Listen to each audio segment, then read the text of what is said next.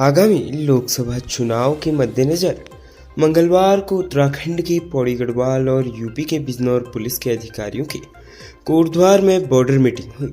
इसमें अपराधियों पर निगरानी रखने, बॉर्डर क्षेत्र में होने वाली संदिग्ध गतिविधियों पर रोक लगाने, वाहनों की सघन चेकिंग करने और वांछित अपराधियों का ब्यौरा साझा करने पर सहमति बनी है। बीएल रोड स्थित एक इंस्टीट्यूट में अपर पुलिस अधीक्षक पौड़ी जया बलौनी, सीओ कोटद्वार विभव सैनी ने यूपी के जिला बिजनौर के पुलिस अधिकारियों के साथ बॉर्डर मीटिंग की।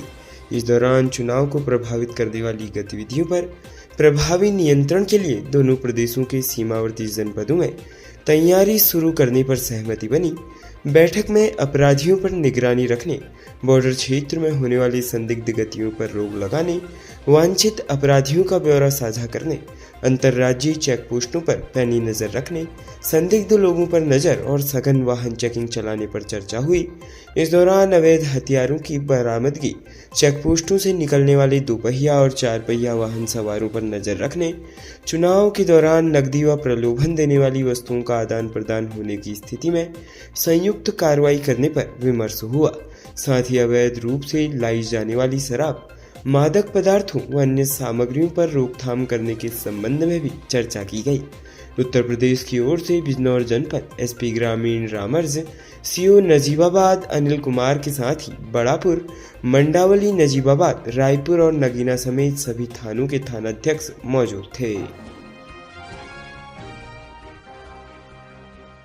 राज्य उत्तराखंड में समान नागरिक संहिता यूसीसी के ड्राफ्ट को लेकर पूर्व मुख्यमंत्री हरीश रावत ने बड़ा बयान दिया। उन्होंने कहा कि पहले तो ड्राफ्ट देखना पड़ेगा, क्योंकि उन्होंने ड्राफ्ट अभी तक जारी ही नहीं किया है। यूसीसी का मतलब है कि जो पूरे देश में लागू हो। जो पारित हो रहा है उसका क्या अर्थ है, जो हमारी विधानसभा की सीमाओं के बाहर ही लागू नहीं होगा। इसे केंद्र सरकार को बनाना चाहिए। कहा कि केवल चुनावी प्रचार है, जिसके लिए राज्य का पैसा बर्बाद कराया गया है। प्रदेश के सरकारी आवासीय शिक्षण संस्थान में दृष्टिबाधित छात्रा से दुष्कर्म और अन्य छात्राओं से छेड़खानी करने वाले संगीत शिक्षक को न्यायालय ने 20 वर्ष कैद की सजा सुनाई है। साथ ही पीड़िताओं की शिकायतें दबाने में तत्कालीन वाइस प्रिंसिपल को भी कोर्ट ने दोषी ठहराते हुए 6 माह कैद की सजा सुनाई। इस मामले में एक मुख्य पीड़िता समेत कुल 9 पीड़िताएं शिक्षक की दरिंदगी का शिकार हुई थी। स्पेशल फास्ट ट्रैक जज पंकज तोमर की कोर्ट ने संगीत शिक्षक पर कुल 55,000 रुपए और वॉइस प्रिंसिपल पर 5,000 रुपए का जुर्माना भी लगाया है।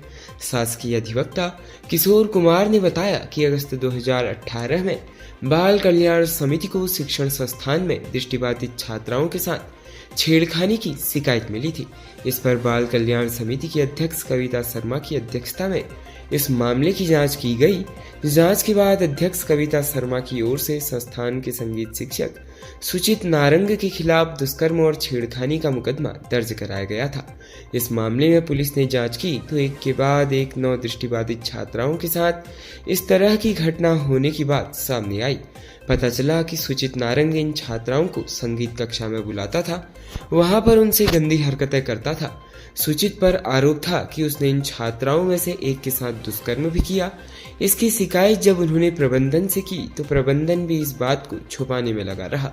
तत्कालीन vice principal doctor Anusuiya Sharma ने भी इस मामले को दबाने की कोशिश की। दूसरे कर्मचारियों और छात्रा के अभिभावकों से गवाही न देने को कहा।